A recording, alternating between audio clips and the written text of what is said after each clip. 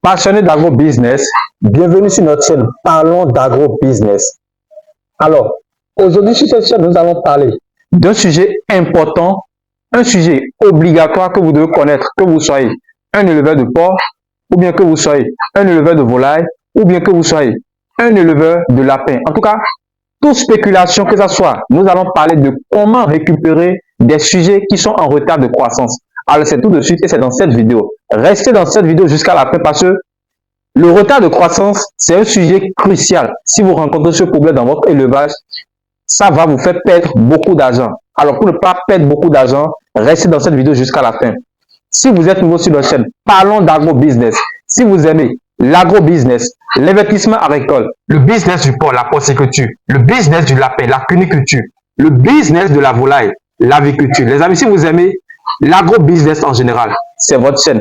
Abonnez-vous, activez la cloche de notification pour ne plus jamais au grand jamais louper de pareils contenus et partagez la vidéo sur les réseaux sociaux pour faire grossir cette magnifique communauté de passionnés d'agro-business. Les amis, et on commence. Let's go!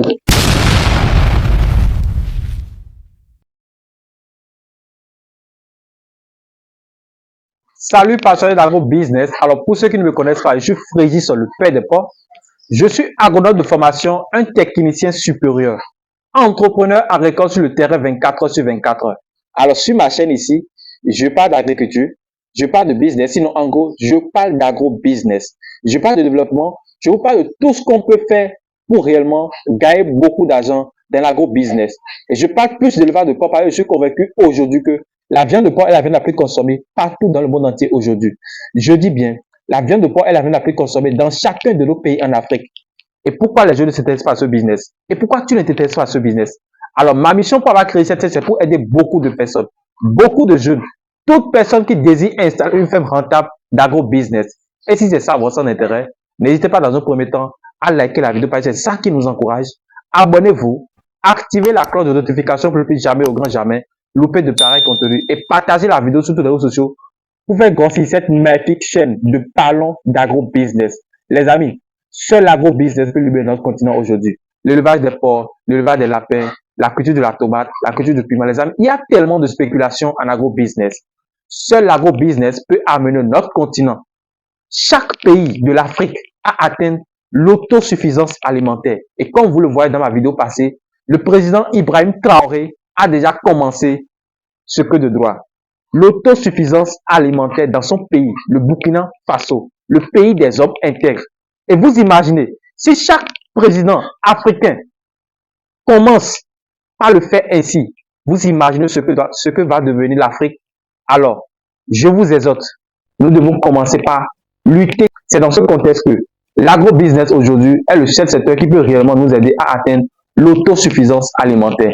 Alors, aujourd'hui, nous allons parler, comme je le disais au début de la vidéo, d'un sujet crucial, un sujet important, obligatoire, que vous ne devez pas biaiser, que vous ne devez pas négliger lorsque vous êtes en train de faire votre élevage de porc ou bien lorsque vous désirez commencer une activité d'élevage, que ce soit élevage de porc, élevage de lapin, élevage de poulet, en tout cas, toute spéculation confondue, vous pouvez rencontrer ce problème. Il s'agit du retard de croissance. Alors, pour résoudre ce problème, pour récupérer des sujets qui sont en retard de croissance, il faut suivre des étapes données. On ne peut pas sans connaître la cause et en même temps donner des solutions. Non, il faut d'abord connaître la cause. Qu'est-ce qui ne va pas?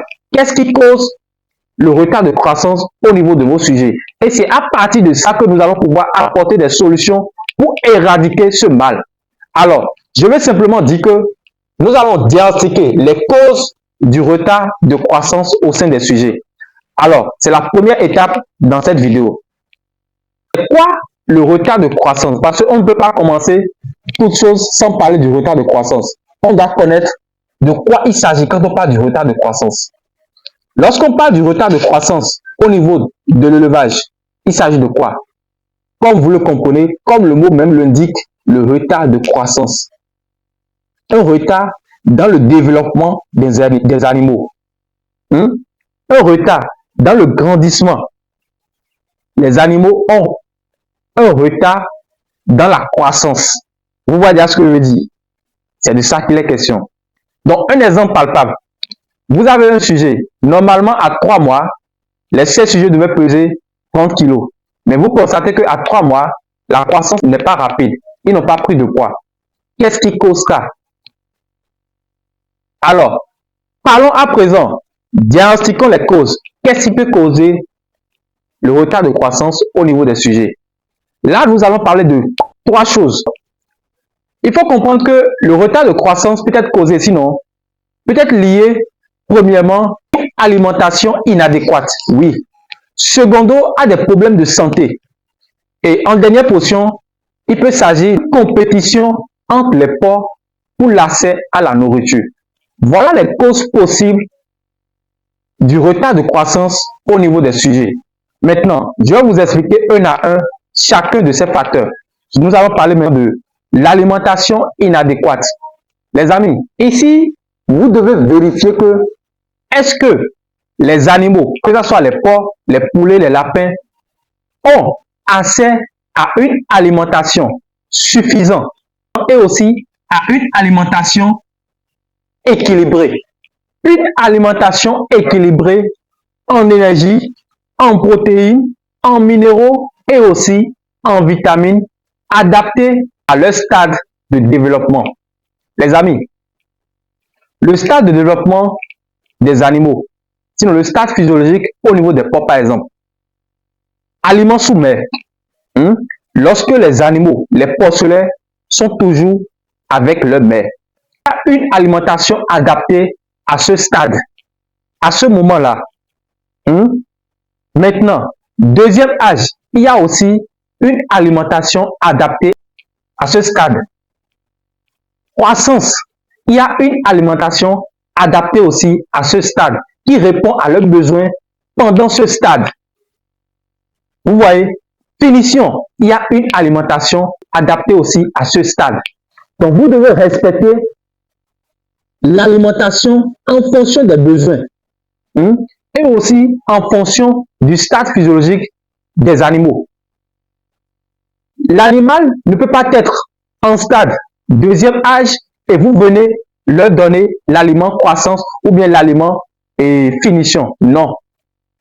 Vous pouvez rencontrer des cas de retard de croissance juste à cause de ça. Donc, il faut respecter l'alimentation, que ce soit en quantité suffisante, et aussi alimentation équilibrée. Il faut respecter ça.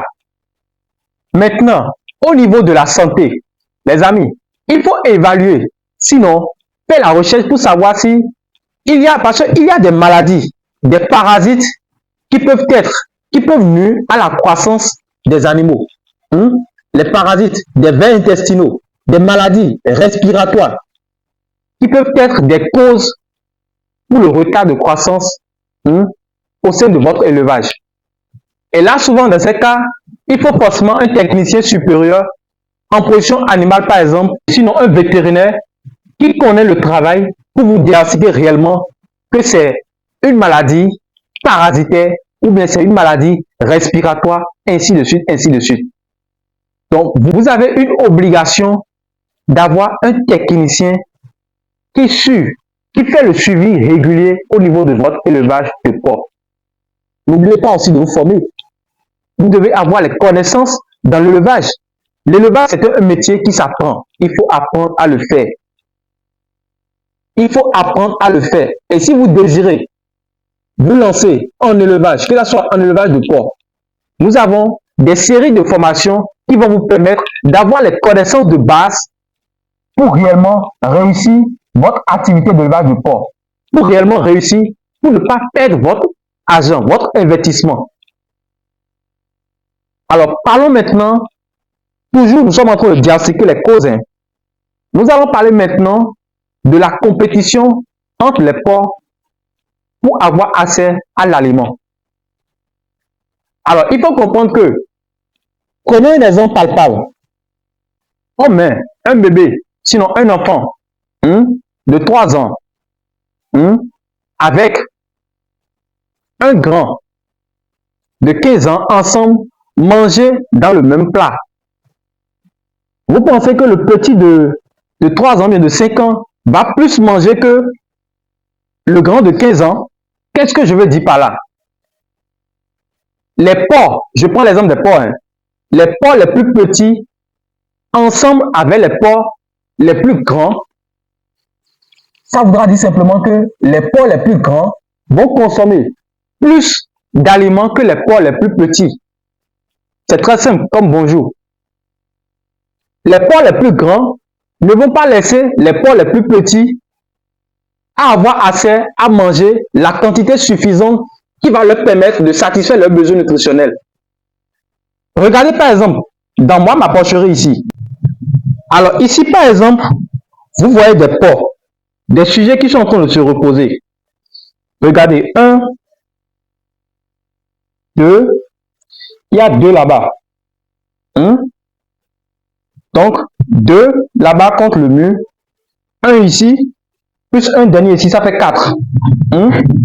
Ceux-ci, c'est des porcs qui ont pratiquement la même corpulence, comme vous le voyez dans la vidéo.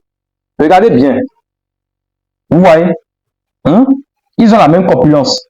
Mais je vous dis, ils étaient 5 ici. Le plus petit était parmi eux. Mais on a constaté que le plus petit n'arrivait pas à avoir assez pour manger la quantité suffisante. C'est-à-dire que les plus grands, ceux-ci que vous êtes en train de voir, ne lui donnaient pas l'accès à la nourriture. Donc on a dû le récupérer, le mettre simplement à part pour qu'il puisse avoir accès à la quantité suffisante qui va lui permettre de satisfaire ses besoins nutritionnels. Je vais vous le montrer maintenant seul dans sa loge. Regardez.